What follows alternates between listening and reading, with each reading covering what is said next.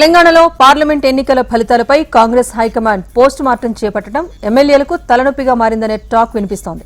Assembly ఎన్నికల్లో తాము గెలిచినా పార్లమెంట్ ఎన్నికల్లో తమ నియోజకవర్గాల్లో ఓట్లు తగ్గటానికి గల కారణాలను కురియన్ కమిటీ సేకరిస్తూ ఉండటంతో ఏం చెప్పాలనే ఆలోచనలో పడ్డారంట ఎమ్మెల్యేలు.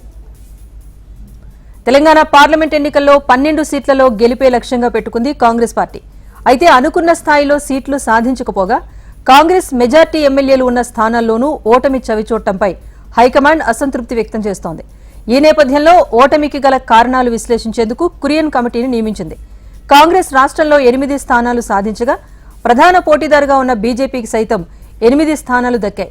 కేవలం 5 నెలల వ్యవధిలోనే ఈ స్థాయిలో కాంగ్రెస్ పార్టీకి ఓట్లు తగ్గటానికి కారణాలేంటని నేతలను ప్రశ్నిస్తోంది ఫ్యాక్ట్ ఫైండింగ్ కమిటీ. అసెంబ్లీ ఎన్నికల్లో కాంగ్రెస్ పార్టీకి 64 సీట్లొచ్చాయి.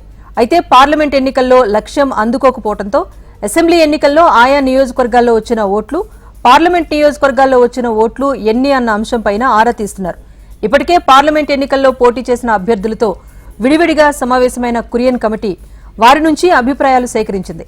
ఇవాళ ఎమ్మెల్యేలతో సమావేశమై వారి నియోజకవర్గాల్లో ఓట్ల శాతం, అక్కడ కాంగ్రెస్ కు ఓట్ల తగ్గుదలపైన కారణాలు తెలుసుకోబోతున్నారు. దీంతో కమిటీ ముందు ఎమ్మెల్యేలు ఏం కారణాలు చెబుతారని ఆసక్తి నెలకొంది.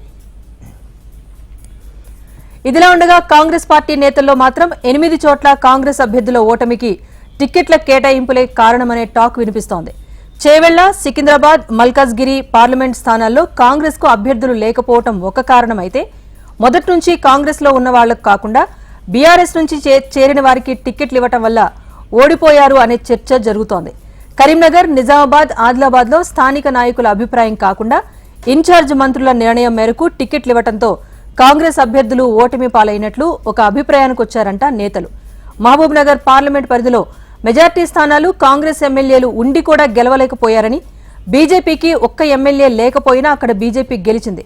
ఇక మెదక్లోనూ ఒక్క ఎమ్మెల్యే లేకపోయినా పార్లమెంట్ స్థానం బీజేపీకి దక్కింది. ఈ స్థానాల్లో కూడా మొదటి నుంచి కాంగ్రెస్ లో ఉన్న వారికి టికెట్ ఇస్తే బాగుండేది అనే చర్చ నేతల్లో నడుస్తోంది. ఇవాళ కమిటీతో భేటీ సందర్భంగా ఎమ్మెల్యేలు కూడా ఇవే కారణాలు చెప్పే అవకాశం ఉన్నట్టుగా తెలుస్తోంది.